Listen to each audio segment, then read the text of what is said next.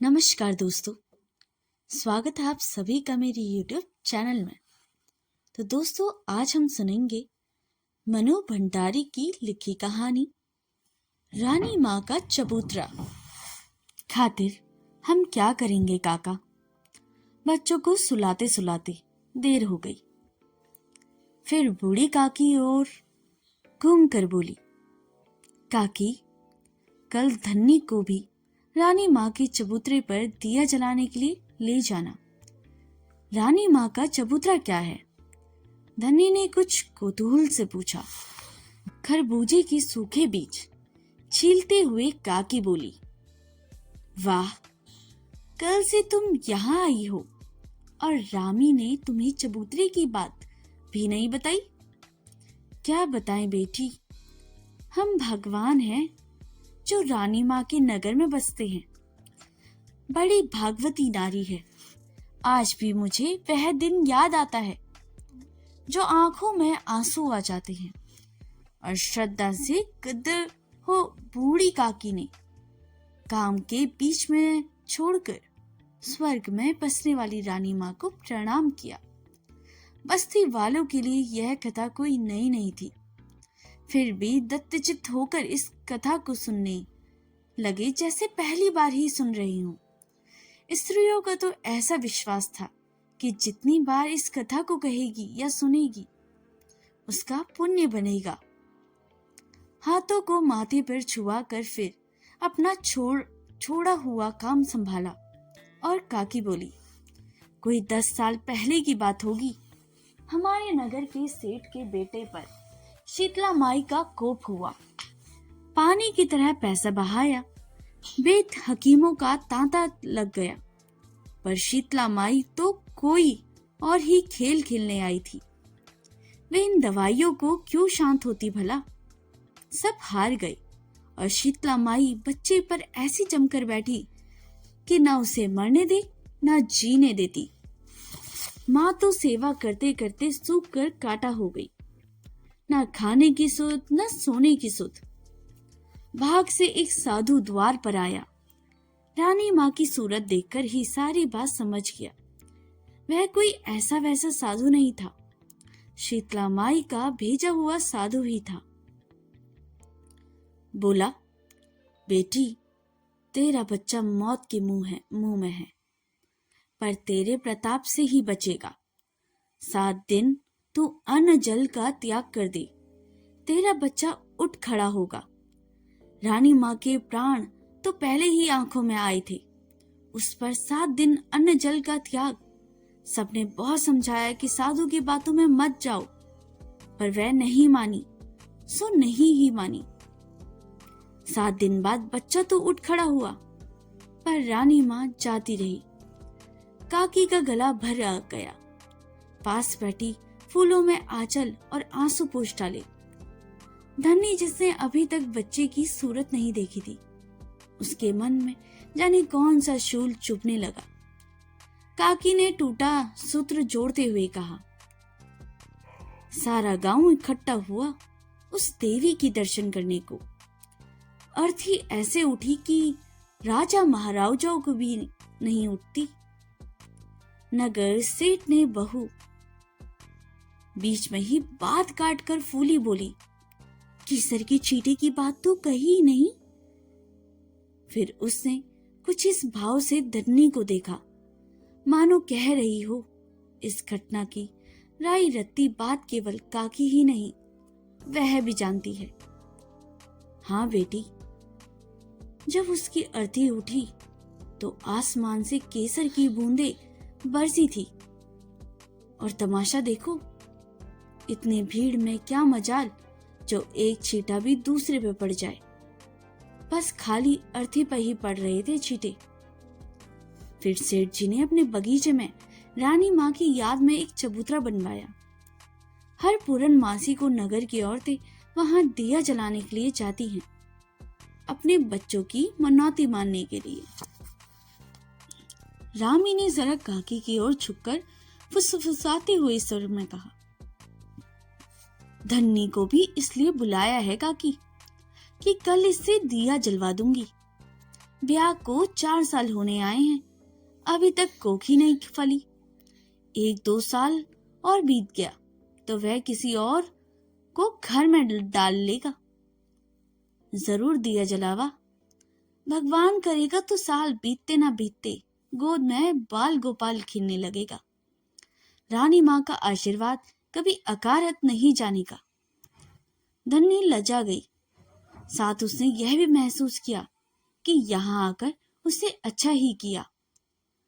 काकी से जरा दूर बैठा गोपाल, जो बस्ती का सबसे मस्खरा जवान था, बोल उठा, काकी, मैं तो तुम्हारा और तुम्हारी रानी माँ का कमाल तब मानूं जब तुम गुलाबी को रास्ते पर लगा दो।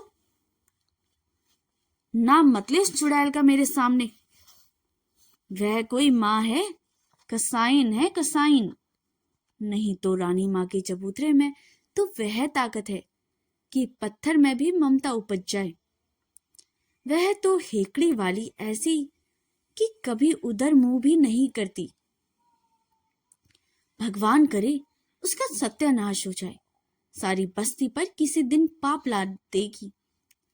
काकी ने स्वर को जरा कोमल बनाकर कहा, क्यों कोस रही हो? जेठा की माँ बेचारी मुसीबत की मारी है।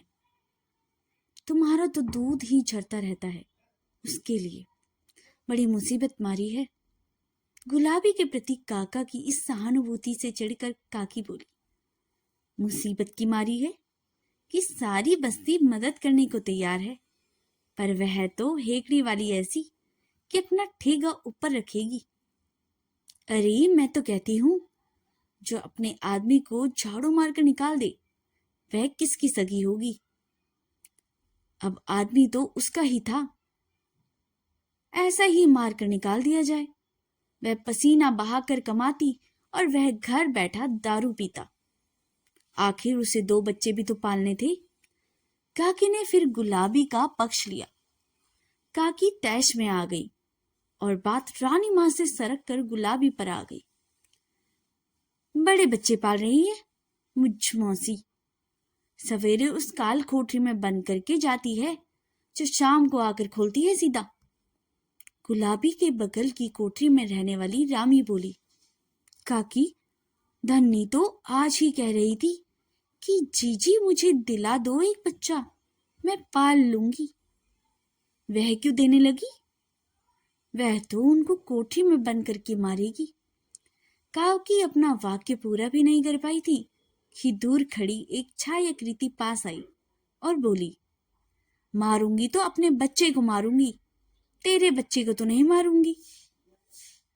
तू क्यों मेरे बच्चे की चिंता में सूख रही है? खबरदार, जो आगे से नाम लिया मेरे बच्चों का। बड़ी धर्मात्मा बनी बैठती है। गुलाबी की उपस्थिति में स्त्री वर्ग का क्या पुरुष वर्ग का दोनों ही जरा चौंक पड़े। काकी ने बात संभालते हुए कहा, क्यों बिगड़ रही है गुलाबी? हम तो तेरे ही भले की बात कर रहे हैं। बंद करके जाती है, कभी गर्मी के अंदर कहीं घुटकर मर जाए तो? मर गए तो 5 पैसों का प्रसाद चढ़ाऊंगी, पर मरे भी तो मेरी जान को लगे हुए हैं निगोड़े। तू तो प्रसाद चढ़ाएगी, पर सारी बस्ती को तो हत्या लगेगी। हमें क्यों पाप में सान रही है? बड़े आए बस्ती वाले। पहले कोठरी खोलकर जाती थी तो मेरा छोरा सरकते सरकते मोरी में आकर गिर गया। किसी ने उठाया तो नहीं। बड़े अपने बनते हैं। छोरा भी तो जाने किस माटी का बना हुआ है। सारे दिन मोरी से सड़े पानी में सड़ता रहा, पर मरा ही नहीं। मर जाता तो पाप करता। गुलाबी क्रोध में बड़बड़ाती गली के नल पर चली गई। कहो काकी, कैसी रही? गोपाल ने छेड़ते हुए पूछा। कौन मुंह लगे इस चुड़ैल के? पर काकी का मन इतना खिन्न हो उठा कि अपने बीजों की पोटली उठाकर चल दी। धीरे धीरे सभी उठ गए और चबूतरों की सभा विसर्जित हो गई। सवेरे 7 बजे की सीटी बजी तो गुलाबी ने एक झटके के साथ अपनी कोठरी का दरवाजा बंद किया। उसे बगल की कोठरी में से रामी धन्नी की फुसफुसाहट सुनाई दी। बिना पूरी रात सुने ही वह बड़क उठी। जितनी बातें बना सको बना लो, चुड़ा लो, मैं तुम्हारी दबैल नहीं जो डर जाऊंगी। रानी ने वहीं बैठे बैठे हाक लगाई, अपने रास्ते लग गुलाबी। किसका हिया फूटा है जो सवेरे सवेरे तुझ पर नासपिटी का नाम लेगा। गुलाबी कुछ कहते उसके पहले ही उसके 2 साल के बच्चे का क्रंदन कोठरी की दीवारों को चीरकर गली के सुनसान वातावरण में फैलने लगा। झल्लाकर उसने कोठरी खोली और अपनी 9 साल की लड़की मेवा की पीठ पर एक लात जमाते हुए बोली, 9 बरस की ठीक हो गई है, एक बच्चा नहीं रखा जाता। चल उसे गोद में उठाकर रख। और उसी झल्लाहट में उसे कोठरी बंद कर दी और दौड़ पड़ी। 7 की सीटी बज चुकी थी।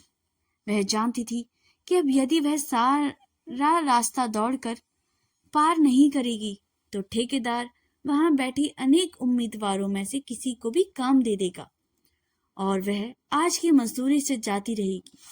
फिर वह सत्तू नहीं ला सकेगी, दाल नहीं ला सकेगी। उसने गति और बढ़ा दी। उस समय वह भूल गई कि रामी ने उसे नासपिटी कहा है या कि उसका बच्चा रो रहा है। शाम को वह लौटी तो क्लांत हाथों से उसने अपनी कोठरी का दरवाजा खोला। देखा, मेवा एक कोने में लुढ़की पड़ी सो रही है और 2 साल का बच्चा वह मांस का लोथड़ा मैले में सना हुआ मिमिया रहा है। रोने की ताकत तो शायद उसमें रही नहीं थी। गुलाबी ने एक पड़े हाथ की धौल कोने में सोती हुई छोरी की पीठ पर जमाई। पड़ी पड़ी सो रही है चुड़ैल, चल उठकर चूल्हा जला। और वह उस मैले में सने बच्चे को उठाकर गली के नल पर चली गई। बराबर उसने मुंह से गालियां बरसी। चबूतरे पर उस समय काका अकेले बैठे हुए थे।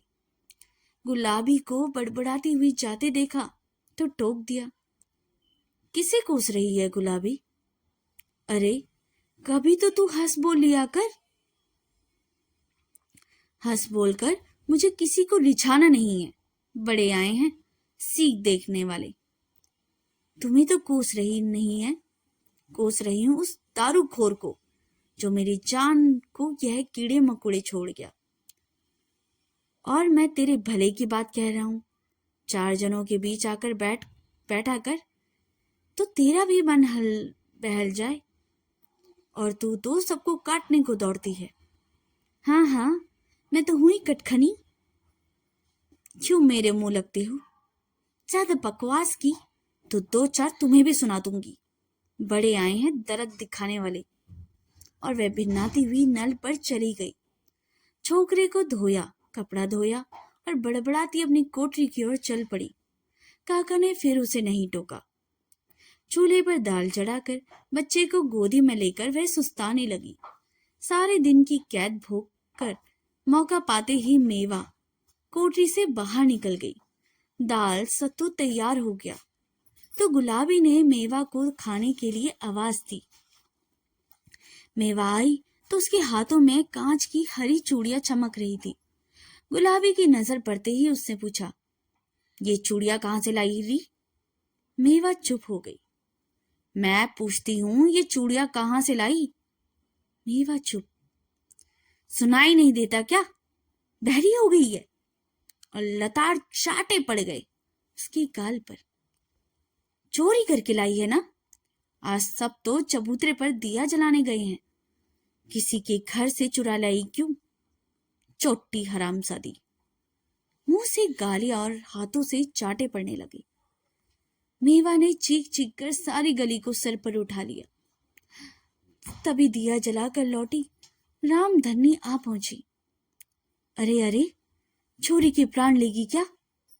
मेवा को अपनी तरफ खींचती हुई रामी बोली, मैं इसकी खाल खींच के रख दूंगी। तू बीच में मत बोल रामी, नहीं तो सच कहती हूं तो हाथ तेरे पर भी पड़ जाएंगे। मेरी छोरी चोरी करे और चोरी करे। और उसका स्वर भिज गया। देखते देखते खासी भीड़ जमा हो गई। जरा सा अवसर मिलते ही गुलाबी फिर से एक चाट जड़ देती है। बूढ़े काका मेवा को दूर ले गई। तब गुलाबी चिल्लाई, छोड़ दो काका, मेरी छोरी को ले गए तो ठीक नहीं होगा। आज तुम बचाने आए हो, कल तुम ही लोग उसे चोटी कहते फिरोगे।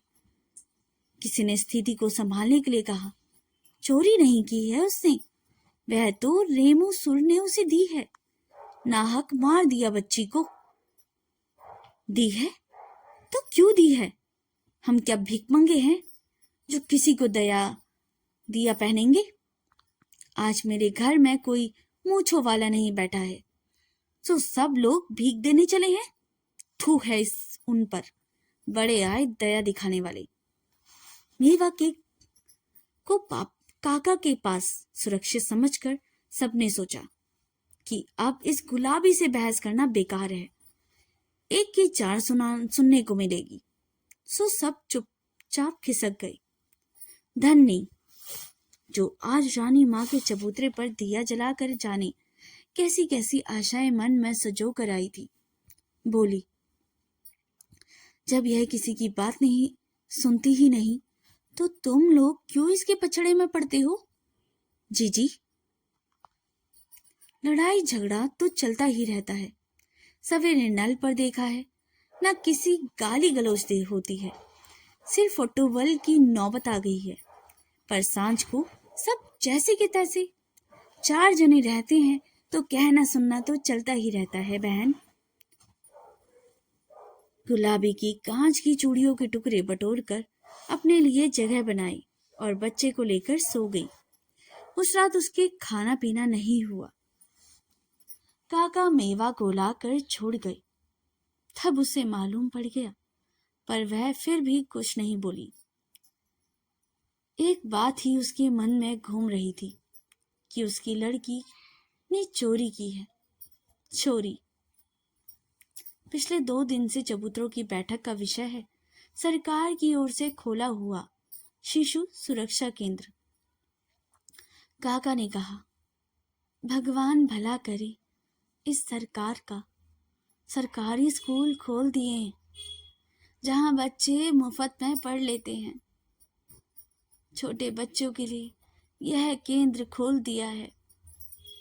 अब औरतें भले ही काम करें, 5 रुपए ही महीने में दवाई दारू भी कर लेते हैं।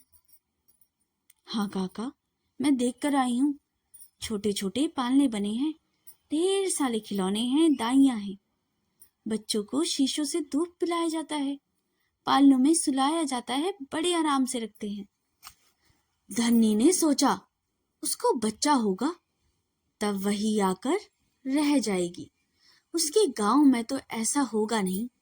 अपने बच्चे को पालने में सुलाने और शीशी से दूध पिलाने का सपना उसकी आंखों में साकार होने लगा। गोपाल बोला, गुलाबी से कहो काका कि अपने बच्चे को वहां भर्ती करवा दे।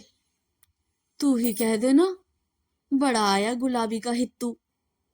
याद नहीं है जब मेवा को स्कूल में डालने के लिए कहा था तो कैसी गुर्राई थी? तुम लोग तो बावले जैसी बात करते हो। मेवा को तो वह स्कूल में डाल देती तो उस छोरों को कौन रखता? तो अच्छी तरह मना करती, वह तो बस काटने को दौड़ती है। अरे धीरे बोल काकी, नहीं तो अभी कहीं से निकल कर बम गिराने लगेगी। जब उसकी बात करो तभी टपकती है। पर उस दिन गुलाबी नहीं टपकी। दूसरे दिन जब चबूतरे पर बैठक लगी तब भी इसी तरह की चर्चा चल रही थी। गुलाबी अपनी लड़की मेवा को ढूंढती हुई आई तो काका ने बात चलाई। अरे गुलाबी, देख, तेरे छोरे के लिए सरकार ने केंद्र खोल दिया है, वहां नाम लिखा दे अपने बच्चे का। सरकार मेरी कसम है? नाम जो केंद्र खोल देगी मेरे लिए? ये सब तो पैसे वालों के चोचले हैं। मेरी कौन मदद कमाने वाला बैठा है जो 5 रुपए महीने दे दिया करे। बस्ती वाले चंदा कर देंगे रे, तू जाकर नाम लिखा आ। किसी के दान पुण्य पर पलने वाली नहीं है गुलाबी, थूकती है तुम्हारे इस चंदे पर। फिर अपनी लड़की को घसीटते हुए गुलाबी वहां से चली गई। लो और खा लो लड्डू, काकी ने चिढ़ाते हुए कहा। बिना गुलाबी से 2-4 झिझकियां सुने तुम्हें तो चैन मिलता नहीं। आज रामी नहीं आई बात का प्रसंग बदलने के लिए? काकी ने पूछा। धन्नो को विदा करने गई है। और इधर उधर की बातें करके सभा समाप्त हो गई। दूसरे दिन गुलाबी ने उठकर उसकी कोठरी की दीवार पर लगाए हुए सुरक्षा केंद्र के विज्ञान को फाड़ फेंका। जहां कहीं भी उसे विज्ञापन दिखाई देता वह उसे फाड़ डालती। लोग देखते तो हंसते। भरी दोपहरी में गुलाबी रेत की तगारियां उठा उठाकर पकड़ा रही थी। कुछ औरतें एक देहाती गीत गा रही थी और छत कूट रही थी। ठेकेदार रह रहकर कुछ आदेश देता जा रहा था। गुलाबी का ध्यान अपने काम में था और अचानक ठेकेदार का स्वर उसके कान में पड़ा। पूरी बात तो नहीं सुनाई दी, बस इतना सुना। इसी तरह जो जरा से आंधी पानी से घरों की छतें टूट जाती हैं, जरा अच्छी तरह। उसने आसमान की तरफ देखा, कहीं बादल तो नहीं थे। फिर भी उसका हाथ रुक गया और उसके सामने उसकी कोठरी की टूटी फूटी छत घूम गई। यदि किसी दिन छत गिर जाए तो हाथ चलाए ना, कड़क कर बगल वाली औरत ने कहा। वह कब से रेत की तगारी लिए खड़ी है। एकाएक गुलाबी को होश आया। चला तो रही हूं, कौन तेरे बाप की नौकर हूं जो हुक्म चला रही है। शाम को गुलाबी जब घर लौटी तो ठेकेदार से थोड़ी सी सीमेंट और चूना मांग लाई। खा पीकर जब सब सो गए तो गुलाबी के घर से खटर फटर की आवाज शुरू हो गई। गली में सोए हुए गोपाल ने पूछा, आधी रात को क्या कर रही है गुलाबी? तेरी कब्र खोद रही हूं। जाने कैसे लोग हैं इस बस्ती के कि गुलाबी के काम में टांग अड़ाए बिना इन ससुरों को रोटी हजम नहीं होती। मर चुड़ैल। और गोपाल सो गया। उस दिन सारी रात कोठरी में कुछ ना कुछ होता ही रहा। दूसरे दिन रामी ने आकर कहा, चबूतरों की बैठक पर सूचना दी कि गुलाबी काम से लौटी, खाया पिया और फिर बच्चों को बंद करके कहीं चली गई। जब रामी ने पूछा तो गुर्रा कर बोली, जा रही हूं अपने खसम से याराना करने। तू भी चलेगा क्या? साथ ही रामी ने यह भी बताया कि उस बात को घंटा भर हो गया पर अभी तक गुलाबी नहीं लौटी। बच्चे दोनों पर बंद पड़े हैं। कुछ कौतूहल और कुछ उपेक्षा मिश्रित क्रोध से भरा सारी बैठक गूंजने लगी। क्यों गई? कहाँ गई? इस तरह बच्चे तो मर जाएंगे। ये कैसी माँ है? आदि अनेक बातें उठी और खत्म हो गई। जानने की इच्छा सबके मन में थी पर किसी से साहसा नहीं था जो आने पर उससे पूछ सके। गुलाबी का यह काम जब दैनिक हो गया तब तो कौतूहल का निवारण परम आवश्यक हो गया। बिना उस बात को जाने सबका जीना जैसे दूभर हो गया। काका ने अनुमान से कहा, कहीं चौका बर्तन का काम करने जाती होगी और कहाँ जाएगी बेचारी? तुम्हारे लिए होगी बेचारी, काके ने गुर्राते हुए कहा। हथियार इन कहीं की, क्यों जाती है चौका बर्तन करने? बस दूरी से क्या गुजरन होती है। मुझे तो इसके लक्षण अच्छे नहीं लगते। बच्चों की जान लेकर ही धन कमाएगी, क्या करना उस पैसे का? क्यों परिंदा करती हो? उसकी वह जाने। बाहर से आते हुए गोपाल ने कहा, काका चलो तुम्हें सिनेमा दिखा लाऊं। पर काकी को इस समय यह मजाक नहीं भाया। वह गुलाबी की ही बात सोच रही थी। उसे धीरे से रामी से कहा, तू तो उसके पास वाली कोठरी में रहती है, जरा नजर रखाकर उधर 10-12 दिन हो गए हैं और पता नहीं लगा कि आखिर वह चुड़ैल बच्चों को बंद करके जाती कहाँ है। कोशिश तो करती हूँ काकी, पर पता नहीं लगा। एक दिन तो मन हुआ कि पीछे पीछे जाऊं, उस पर मुहस्सी का क्या भरोसा, पलटकर हाथी चला दे। 15 दिन और बीत गए, पर कोई नहीं जान सका कि गुलाबी कहाँ जाती है। कुछ तो रहस्य का उद्घाटन न होने के कारण और कुछ बच्चों को यातना देखकर सबका आक्रोश बढ़ता गया, पर गुलाबी से पूछने का साहस किसी को नहीं था।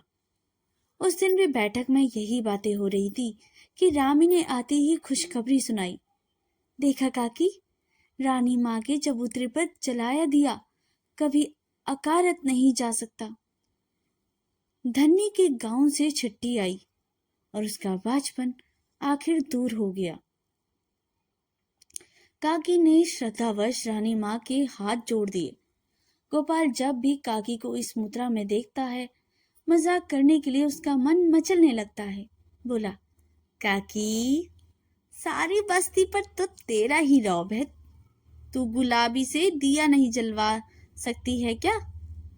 कल पूनो है, दिया जलवा दे तो तेरा रौब मानूंगा। वह जाए ही नहीं तो मैं क्या करूं? झल्लाकर काकी ने कहा। तो तू कहे तो मैं कंधे पर उठा कर ले आऊं? हंसते हुए गोपाल ने कहा। जाने कब से गुलाबो वहां खड़ी थी। यह बात सुनी तो आग बरसाने लगी। आया है बड़ा गुलाबों को ले जाने वाला, हाथ तो लगा के देख, असल मर्द का बच्चा हो तो आ जाना कल। फिर औरतों को लक्ष्य करके बोली, तुम ही मां बनकर लाड लड़ाओ अपने बच्चों के और दिया जलवाओ चबूतरों पर। मैं तो कसाईन हूं, हथियारन हूं। जब से ये नास पीटे मर जाएंगे तो उस दिन इकट्ठा ही दिया जलाऊंगी। बड़ी सब गुलाबी की चिंता करके मरी जा रही हूं, चुड़ैल। और वह अंधेरे में ही गायब हो गई। दूसरे दिन जब घरों में चबूतरों पर जाने की तैयारियां हो रही थी, गुलाबी अपनी कोठरी में बैठकर बच्चों के लिए सत्तू घोल रही थी। सत्तू घोलकर उसे मेवा के सामने सरका दिया। मेवा ने पूछा, तू क्या खाएगी? मुझे भूख नहीं है, चुपचाप खा ले। कल भी तो तूने कुछ नहीं खाया था माँ। कह रही हूं, खा ले चुपचाप। सो नहीं होता, जीभ लड़ाई जा रही है बैठी बैठी। तू तो आजकल जरा ही सत्तू लाती है माँ, अपने लिए नहीं लाती। गुलाबी ने तड़ाक से एक चाटा जड़ दिया। सत्तू खाती है कि मार खिलाऊं? दोनों बच्चे जब खाना पीना समाप्त कर चुके थे तो गुलाबी ने हांडिया से पैसे निकाले। बड़ी सावधानी से उन्हें आंचल में बांधा और जैसे ही मुड़ी तो देखा रामी दरवाजे पर खड़ी उधर ही देख रही है। बिना एक शब्द बोले उसे दरवाजा बंद किया और वह चली गई। जब सब औरतें वहां इकट्ठी हो गई तो रामी बोली, दैया रे, आज गुलाबी ढेर सारे पैसे आंचल में बांध कर गई है। वापस लौट आए तो समझना। पैसे बांध कर? हाँ हाँ, मैंने अपनी आंखों से देखा है। मुझे लगता है चौका बर्तन की आड़ में कोई और ही लीला चल रही है। कौन उस पर नियत बिगाड़ेगा? सूखा छुहरा तो है। मर्दों का कोई भरोसा नहीं, जो नाक गुजरे सो थोड़ा। रामी मुस्कुराई। जब दिया जलाकर औरतें लौटी तो देखा कि गुलाबी की कोठरी वैसे ही बंद थी। जल्दी जल्दी कपड़े उतारे, चबूतरों पर बैठ गई। सारी बातें बढ़ा चढ़ाकर बताई गई। रोज कब तक लौट आती है? काकी ने पूछा। इस समय तक तो लौट आती थी रानी माँ। रामी ने कहा, आज तो वह लौटने की नहीं है। सारी बस्ती का मुंह काला करके गई है चुड़ैल। उसके बच्चों को कौन पालेगा अब? चूल्हे में जाए उसके बच्चे। माँ होकर जब उसे दर्द नहीं आया तो हमें क्या पड़ी है? गोपाल ने कहा, चाहे कुछ भी खर्च हो जाए, कल ही जाकर रानी माँ के चबूतरे के पास ही गुलाबी का चबूतरा बनवाऊंगा। जब वहां दिया जलाने जाओ तो लगे हाथी गिन गिन कर 10 जूते उसके चबूतरे पर भी मार आया करना। तभी काकी ने सबका ध्यान गली की मोड़ की ओर आकर्षित किया। चांदनी के प्रकाश में सबने देखा कि गली की ही 2 आदमी गुलाबी के अचेत शरीर को उठाकर ला रहे हैं। चबूतरों की सारी भीड़ उस ओर दौड़ पड़ी। क्या हुआ? कहाँ थी? बेहोश कैसे हो गई? प्रश्नों की झड़ी सी आग गई। सबको वहीं छोड़कर काकी और रामी ने उसके अचेत शरीर को संभाला और रामी की कोठरी में लिटा दिया। काका अंदर आ गई। बाकी भीड़ को बाहर ही रखा। पानी के छींटे डालो और हवा करो, काका ने कहा। रामी उठकर पानी लाई और काकी हवा करने लगी। उसका आंचल उठाया तो बोली, हाय राम, इसका पेट तो पीठ से चिपक रहा है। लगता है मानो 2 या 3 दिन से कुछ खाया ही नहीं है। रामी, थोड़ा सत्तू हो तो घोल कर ला। देख रही हो, काका ने अपनी नजर गुलाबी के सूखे मुरझाए चेहरे पर टिकाए हुए कहा। 1 महीने में से क्या हो गई? जैसे बुढ़ापा आ गया हो। 1 महीने से मैंने इसे पास से ही नहीं देखा था। और देखो, इसके कपड़े ढीले कर दो, उमस भी तो कितनी है। काकी ने अंगिया के बंद ढीले कर दिए तो अंगिया में से कागज की एक पुड़िया सरक कर जमीन पर गिर गई। काका ने कहा, देखे ये क्या है? काकी ने पुड़िया पकड़ा दी। काका ने दिए के धीमे प्रकाश में पुड़िया को खोला तो देखा कांच की 2 छोटी छोटी हरी चूड़ियां और शिशु सुरक्षा केंद्र की 5 रुपए की रसीद थी। तो दोस्तों, यह स्टोरी यहीं पर समाप्त होती है। रानी माँ का चबूतरा मनु भंडारी की कहानी है, जो रानी माँ नामक एक संघर्षशील स्वाभिमानी महिला के जीवन और उसके अकेलेपन और समाज में उसकी स्थिति को दर्शाती है। जहाँ चबूतरा उसके त्याग, बलिदान और आत्मसम्मान का प्रतीक बन जाता है, जिसे नई पीढ़ी को गुलाबी जैसी स्त्री का विरोध भी सामने आता है, जो अपनी पहचान और अधिकारों के लिए लड़ती है। और यह कहानी स्त्री और संघर्ष, जिसके सामाजिक बदलाव की जरूरत पर भी जोर देती है। रानी माँ एक ऐसी महिला है जिन्होंने अपने बेटे के लिए अपना बलिदान दिया, जिसके बाद उसके पति ने संन्यास ले लिया और वे अकेली रह गई। उनका जीवन परिवार और समाज के लिए समर्पित रहा, जहां उनका चबूतरा उनके सतीत्व और तपस्या का प्रतीक बन गया, जहां गांव की औरतें उनसे मन्नतें मांगती थी। यह चबूतरा सिर्फ एक ऊंचा स्थान नहीं है, बल्कि रानी माँ के स्वाभिमान, संघर्ष और शक्ति का प्रतीक भी है, जहां वे एकाकीपन को जीती है और समाज के मुद्दों पर भी विचार करती है। कहानी में गुलाबी का चरित्र रानी माँ के बिल्कुल विपरीत है। वह युवा और विद्रोही है और अपनी स्वतंत्रता और अधिकारों के लिए लड़ती है। वह पारंपरिक बंधनों को तोड़कर अपनी शर्तों पर जीना चाहती है, जो नई पीढ़ी की स्त्री का प्रतिनिधित्व भी करती है।